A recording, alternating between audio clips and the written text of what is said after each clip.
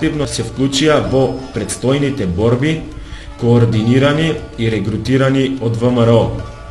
По завршувањето на Првата светска војна, земјата ја доживува најголемата трагедија, бидејќи распарчувањето на Македонија од страна на балканските сојузници беше официјализирано со Версајската мировна конференција.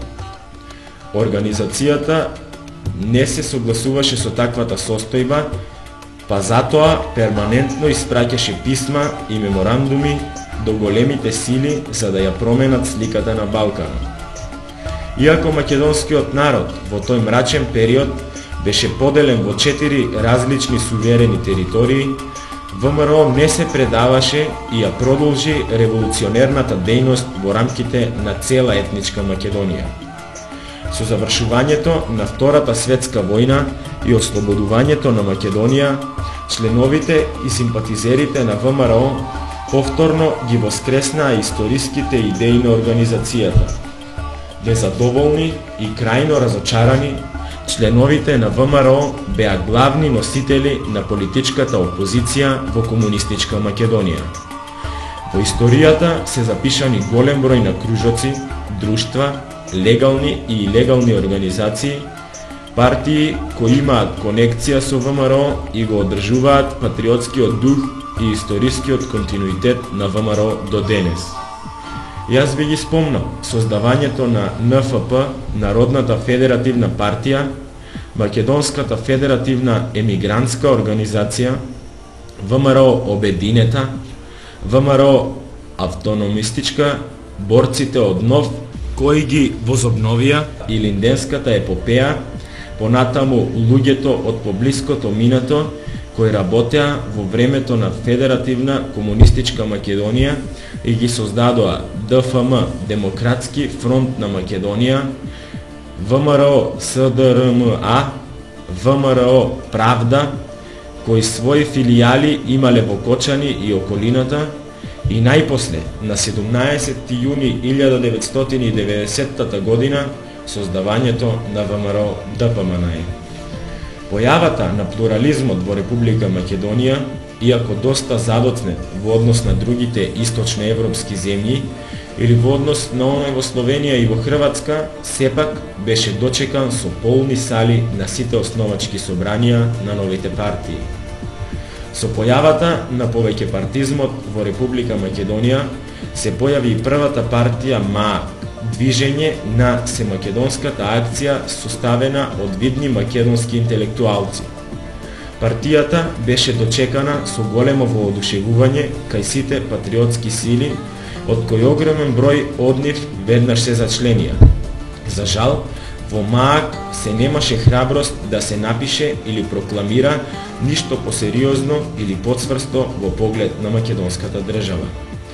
Исчекувањата да се направи некоја посериозна промена на програмата и по половина година не била направена, и кога конечно се увиде дека до еволуција на програмата тешко ќе дојде, една група ја напушти партијата и решија да се оди на создавање на една нова партија во основа македонска, патриотска, со многу појасна и потврста програма во поглед на македонската држава.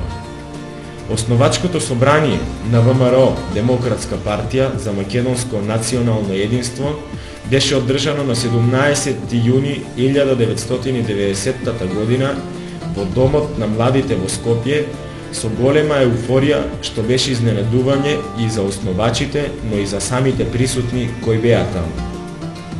Еуфоријата наскоро ќе продолжи и по сите градови во Македонија, и на секое основачко собрание имаше се повеќе и луѓе во салите, разбудувајќи го на тој начин скриениот македонски дух и создавајќи за прв пат во Македонија атмосфера на демократска преизборна повеќепартиска кампања со масовни трибини и митинзи на плоштадите на поголемите градови во Македонија. Зошто и беше потребно името ВМРО на партијата? Затоа што требаше да се предизвика пресврт во свеста на македонецот, да се разбуди неговото историско памтење и да се натера да размислува за Македонија. Во одржаните парламентарни избори во 1990 година, Собранието на Република Македонија на 20 март 1991 ја изгласа првата влада на тогашната социјалистичка Република Македонија по воведувањето на политичкиот плурализам. На нејзино чело беше избран Никола Клјусев. Согласно Декларацијата за сувереност на Социјалистичка Република Македонија, основна цел на новата ВМРО-вска влада беше конституирање на Република Македонија како независна држава.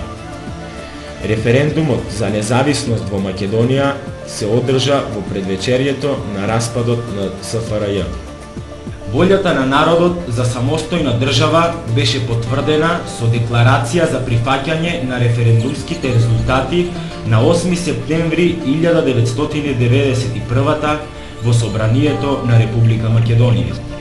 Освен заслугите што ги има партијата за создавањето на оваа наша држава, таа веднаш ќе ги нацрта и патеките на Република Македонија во однос на надворешната политика.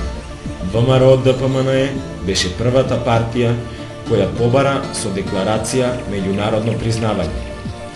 ВМРО-ДПМНЕ беше единствена партија која ја отпочна меѓународната активност за признавање на самостојна Македонија под уставното име. ВМРО-ДПМНЕ беше факторот која согледа до тогашната погубна економска политика во однос на српската економија и започна агенда за исфрлување на југословенскиот динар и создавање на самостојна македонска валута.